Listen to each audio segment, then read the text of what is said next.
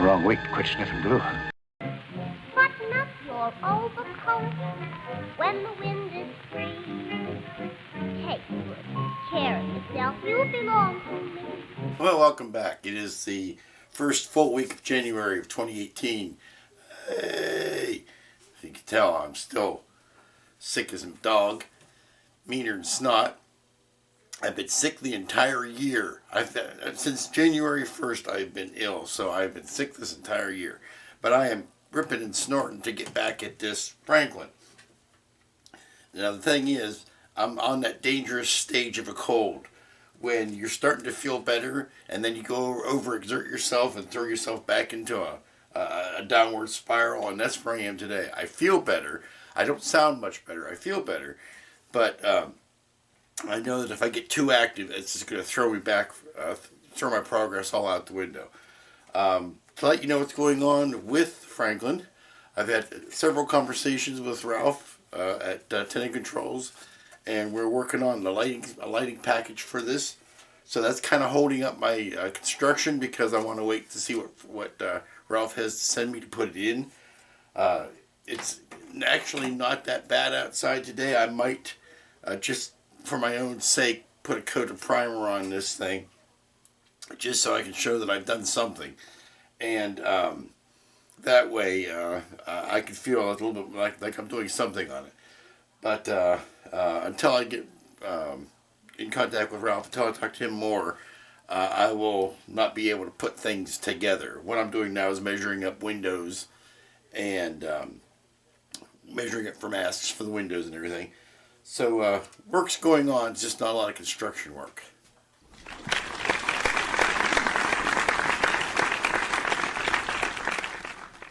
Here we are with meeting of the minds. Two minds with but a single thought. It's Ralph from Tena Contols. Say hi, Ralph. We're working on the Franklin lighting scheme, and we'll get back to you on this, but I want to make sure that people know that work is being done. Well, it is Tuesday evening, and as you can tell, I'm feeling much better. Still a bit scratchy in the throat, but progress was made. It was warm enough to get this puppy primed today. And as you saw, my special thank you to my special guest, Ralph Tenaglia from Tena Contols, who is working with me on this circuit, which will be available, I'm sure, by the time the model hits the shelves. And, scratchy throat. Now I'm just free to get back to it. Welcome back. We are resuming work on the Franklin, and today let's talk about windows. Now, on your average, everyday, ordinary 350 scale Starship model build, the normal routine for putting saucer windows in is generally that you would take the standing wall sections and you would put them, you take the bottom of the saucer, you would take the walls and you would put the wall sections in, and then you would sand the seams between the wall sections, and then you would put the window inserts behind them, or you probably would build a lot of your ship before you did that so that your clear pieces would stay clear. But generally what you would do is you would take the bottom of the hull, you put your sections in, put the window inserts into the insides of those, and then you put the top of the saucer down on top of it. Well, the instructions and the design of the Franklin turn all of that on its head, quite literally. What you need to do on the Franklin is you need to put your window sections into the top of the hull, because this is where they have the grooves for the window wall sections to go into. It's actually in the top of the hull of the Franklin, and not the bottom of the hull like the 350 or the NX. The refit or the NX. My mind is still not 100%, but make your own joke up there.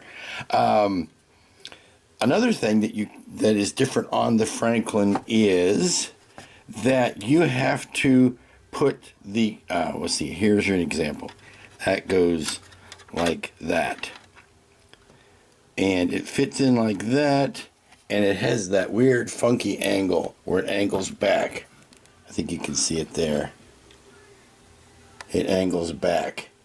Now what that also forces you to do, and perhaps earlier than most people would be ready for it, is you have to put the inserts in into the sections before you attach them down. Now, unlike the refit, there are no it's not like you're plugging a hole with a window insert. The window section makes up the whole outer rim of the saucer, so you have to stack all of these parts next to each other and to complete the window ring. There's a few of them, but you got to stack them in like that, and the next one like that, and that means you got to put the window inserts into them before you glue them down, because once you do, the angle is so tight that you won't be able to get those in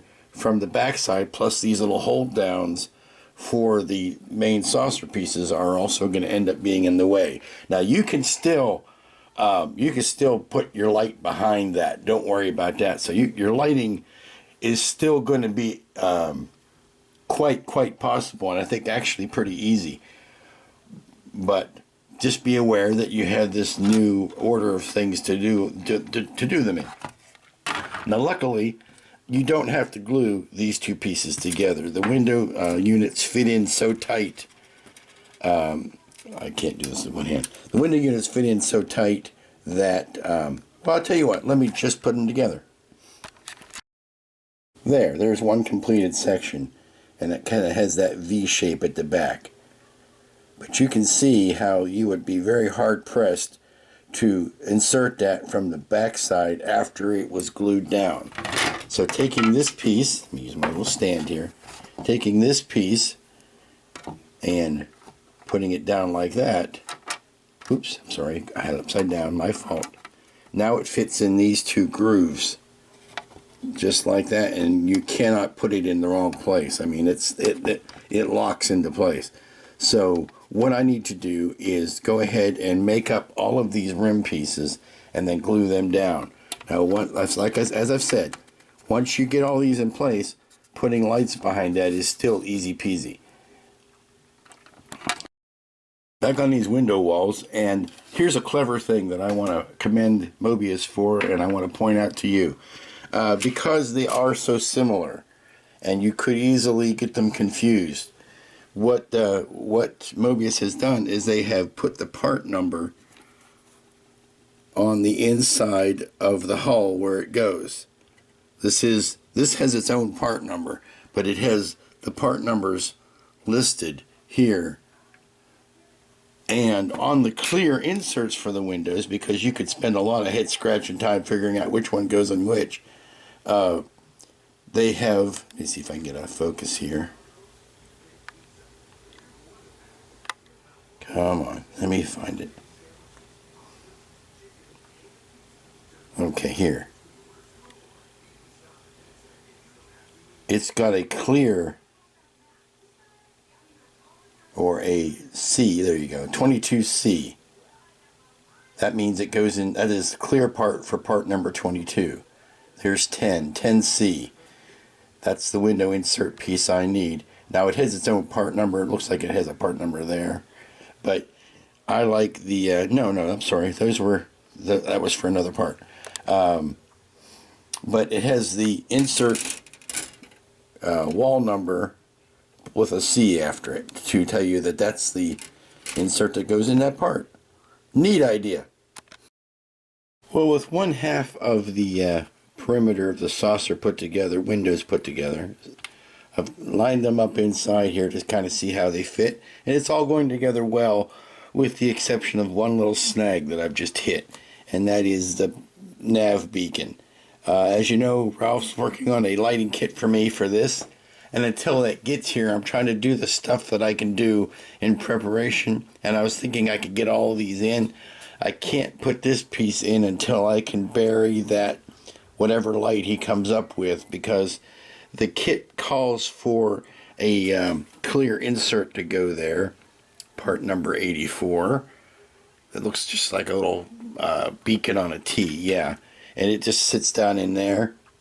And I'm assuming there's going to be a light underneath that to light it up. And since it blinks, then you don't want it to necessarily just be lit up like another window. What I'm going to have to do is maybe glue these other ones down and leave that open until I can glue that bulb in place. But yeah, overall I kind of like what they're thinking is on this. It's different. It's definitely not the same as our other traditional Starship window perimeter or saucer lights, but you live and you learn. Rightio, all of the window segments are in, with the exception of the two that I need to leave out while I wait for the marker beacons. But it's actually a nicely functional way to do this. These channels here that these glue into really keep it straight and keep them nice and level. I wish they would reuse that idea in the other 350 refits, but that's made by another manufacturer and we can't influence them. But that's just a nice channel for, and now we could just run our rim lightings all around there. These guys here, the other windows, I can leave those off for later and treat those like a more traditional set of windows, and leave those out until I'm ready to close or ready to put lights behind it to keep them clean. That one last shot with the top on or the bottom on. Yeah, looks really good. Those gaps between the sections are structural. They're supposed to be there, so that works out nicely. Cool beans. Let's take a minute to look at how the Nacelles and particularly the Bussard collectors are going to work on the Frankilin. For the first time, and I think this is a first, there's actually a set of fins that need to be attached to the inner side of the dome. That's going to be tricky, so you don't, smear glue every place. I have a feeling the best solution is going to be to only put glue on the tips up here and then set it down in place and put the glue, put the glue on it and just on those tips, and not run the risk of anything smearing the inside of that dome, because that could be an ugliness that no one wants. And like the JJ Prize, or like the Enterprise of this Kelvin universe, there are a set of mixing. There's a stacked set of fins for the inside of the Bussard collectors that any exceedingly enterprising, notice the pun, modeler out there could conceivably, if they are a glutton for punishment and just, a sadist, could decide to try to make those rotate on some sort of motor that fits inside of here. And there is room for that to happen.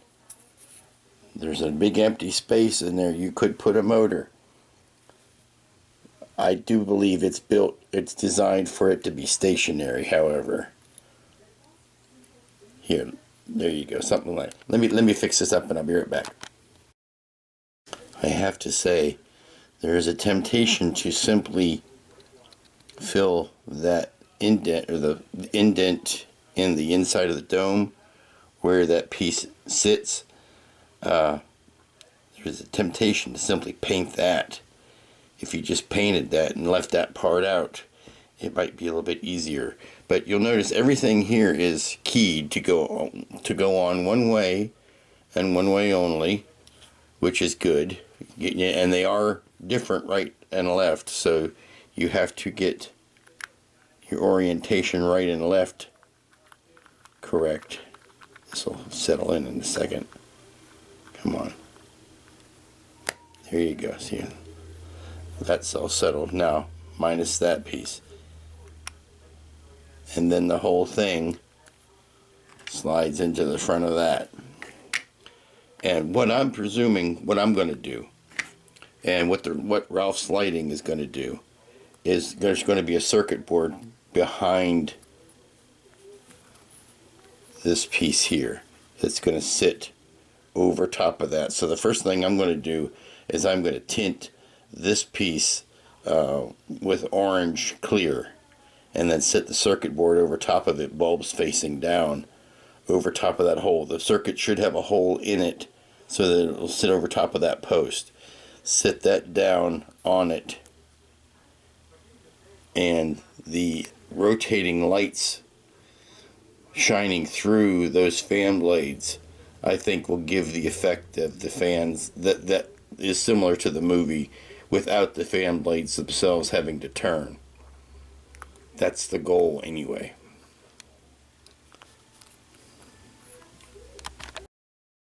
Here you go. Even though it's all just taped together, you can finally get the full scope of what this kit is going to be when it's all said and done.